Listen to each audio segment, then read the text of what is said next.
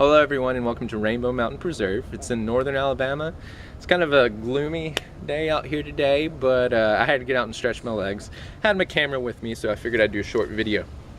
What I wanted to talk about was this notion that I keep seeing when non-believers are talking to religious people, where they really feel like they have to qualify their type of atheism as an agnostic atheism, as a, hey, I'm an atheist, but, or even when you start seeing atheists talk to each other, this idea of, are you an atheist? Are you a non-theist? Are you an anti-theist?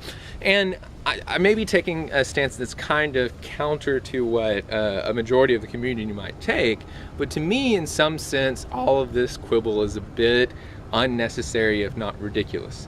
In fact, I even think worrying about whether atheism is a belief or not is unnecessary.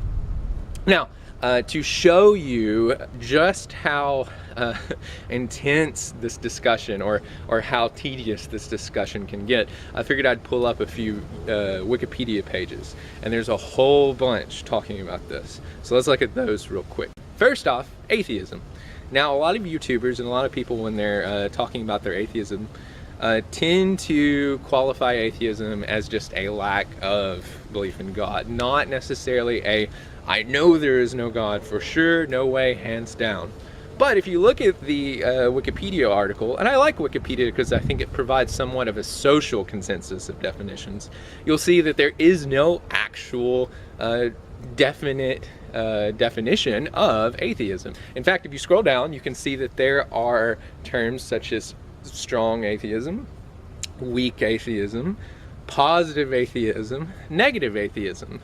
And I won't go too much into them specifically, but there's this idea of atheism where we absolutely say there is no God, atheism where we just don't have a belief in God. We can also look at agnosticism. Now, a lot of people would say that agnosticism is just a not having enough knowledge to definitively state whether or not there is a God. But here's the thing, even though on some sense that's true, and in some sense everyone can be agnostics while still being a theist, like an agnostic theist or an agnostic atheist, if you really play with the words, you can find that there are different degrees of that. So we have strong agnostics, those who think it is absolutely impossible not only for myself to know, but also for anyone to know ever whether or not there is a God. And there's a weaker stance on that that just says, I don't know, I don't have the knowledge on whether there is a God. And if you thought it stopped there, unfortunately it doesn't. We have a whole other slew of words. For instance, anti-theism. Now, anti-theism is a word that may more specifically kind of hold a bit of aggression into it, or at least that seems to be the connotation I'm getting. But an anti-theist is just someone who does not believe in God and actively opposes theism itself. Now, you would think we're done, but there's actually more. There's this word agnosticism. Now, as far as I understand, agnosticism kind of is the idea that, hey, we don't even know what we're talking about when we say the word God in the first place. God can mean a whole bunch of different things. So how can we even have this debate if we don't have a clear definition on God? And so the discussion of whether there is a God or not is meaningless. Finally, there's non-theism. And non-theism is just kind of an umbrella term for all of the not having faith in God terms, like atheism, agnosticism, etc. There's even a few others, such as apatheism, those who just don't care. And at this point, I hope you're kind of getting the idea that it is a bit crazy. It's crazy how many terms and how much quibbling we can do over what it means to say when we don't believe in God. So all of this kind of begs the question of, why do we have all of these distinctions in the first place? Is atheism a belief? What kind of belief is it? I think all of these distinctions come from two main reasons.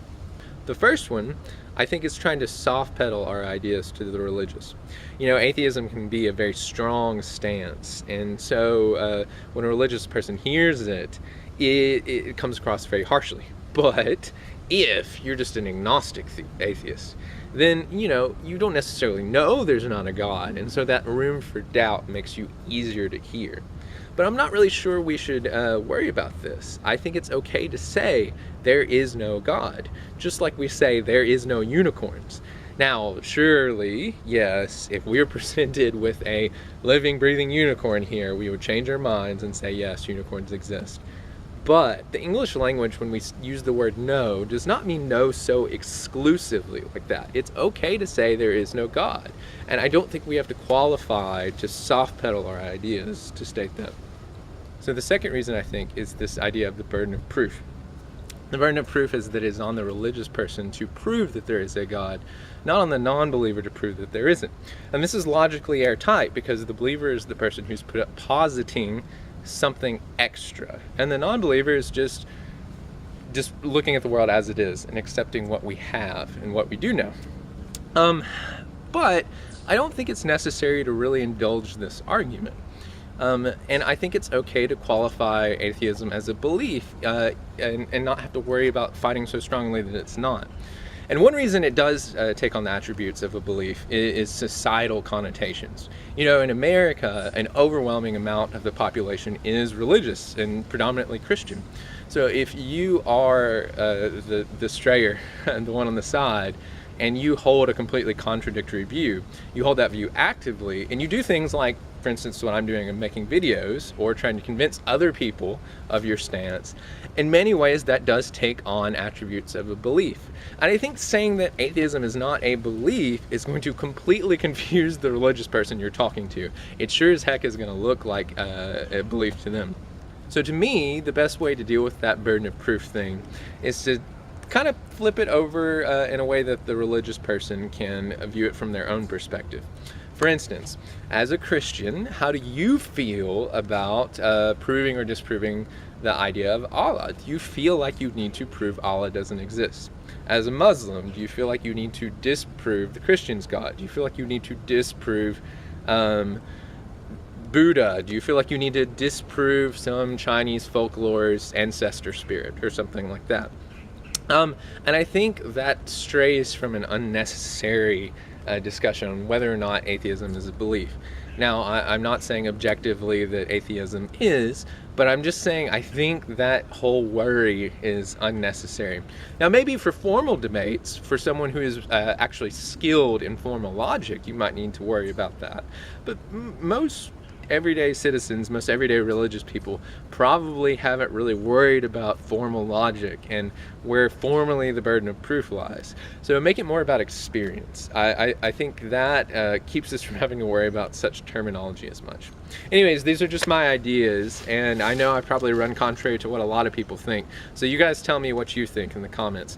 Let me know, do you think that these terms matter? Do you think that they're any point in the first place? Do you think that atheism as a word really even has to be there?